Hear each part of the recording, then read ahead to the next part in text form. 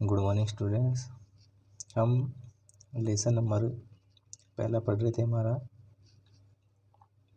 Lesson first जो पढ़ रहे थे उसमें हम पढ़ रहे थे सौर मंडल के बारे में। ठीक है, ये सौर मंडल के बारे में पढ़ रहे थे। ठीक है, अब देखिए जो सौर मंडल है,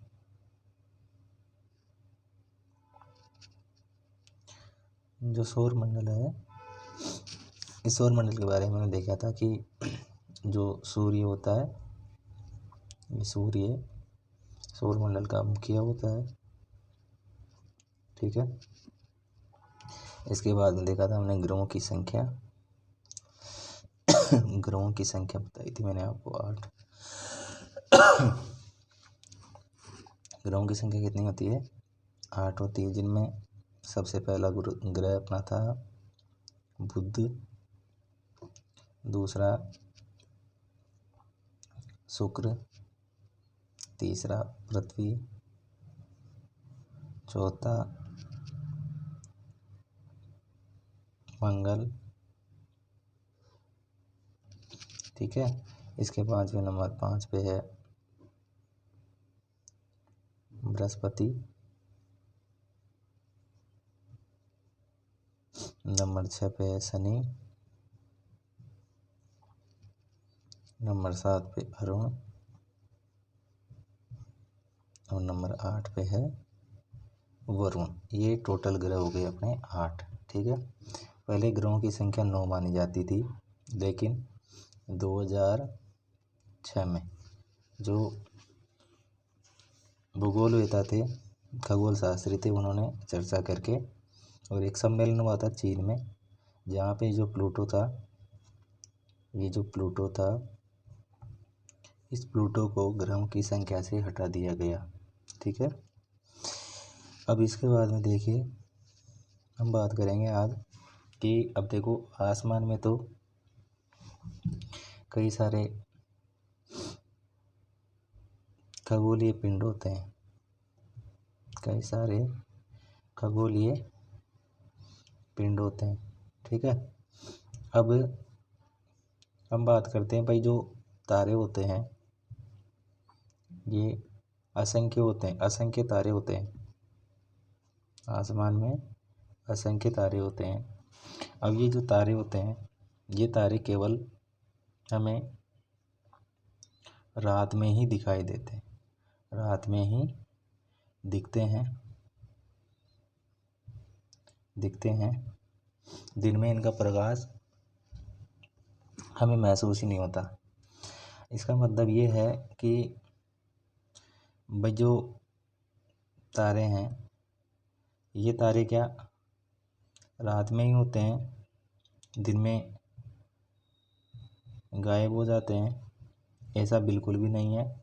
ये तारे अपनी जगह पर ही रहते हैं, ये रात में भी रहते हैं और दिन में भी रहते हैं। लेकिन क्या होता है कि दिन में सूर्य की जो तेज रोशनी है सूर्य की, अर्थात सूर्य का जो प्रकाश है, इस प्रकाश के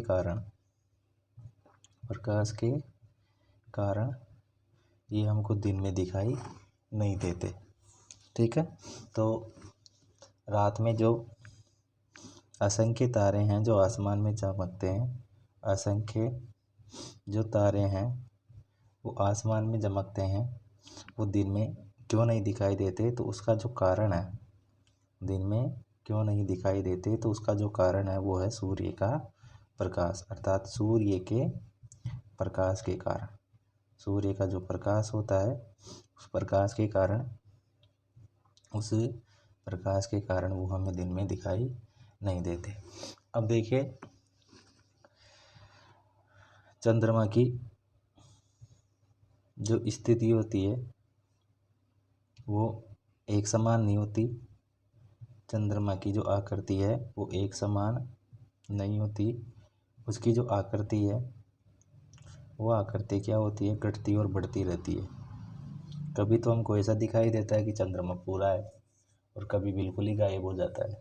तो क्या होता है कि अमावस्या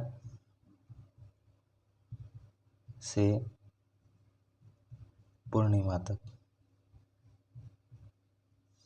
अमावस्या से पूर्णिमा तक क्या होता है कि जो चंद्रमा है उसकी जो आकृति है वो धीरे धीरे बढ़ने लगती है। धीरे धीरे धीरे धीरे उसकी जो आकृति है वो बढ़ने लगती है। जबकि पूर्णिमा से अमावस्या तक, पूर्णिमा से अमावस्या तक क्या होता है कि जो ये जो चंद्रमा है, इस चंद्रमा की आकृति धीरे धीरे घटने लग जाती है। अर्थात चंद्रमा की जो आकृति है वो कम होती रहती है और लास्ट में अमावस्या के दिन जो चंद्रमा है वो दिखाई नहीं देता। इसलिए उस रात बिल्कुल अंधेरा होता है। ठीक है। और ये जो चंद्रमा की घटती व बढ़ती आकृतियाँ हैं, चंद्रमा की घटती और जो बढ़ती आकृतियाँ हैं, इन आकृतियों को ही क्या कहते हैं, चंद्रकला के नाम से जानते हैं। चंद्रकला कहते हैं इन्हें चंद्रकला या चंद्रकलाएं, चंद्रकला या चंद्रकलाएं कहा जाता है। ठीक है। तो आज आपने देखा, एक तो जो दिन में है वो तारे क्यों नहीं दिखाई देते, और दूसरी देखिए आपने चंद्रकला। ठीक है। आगे की जो क्लास है वो हम कल पढ़ेंगे।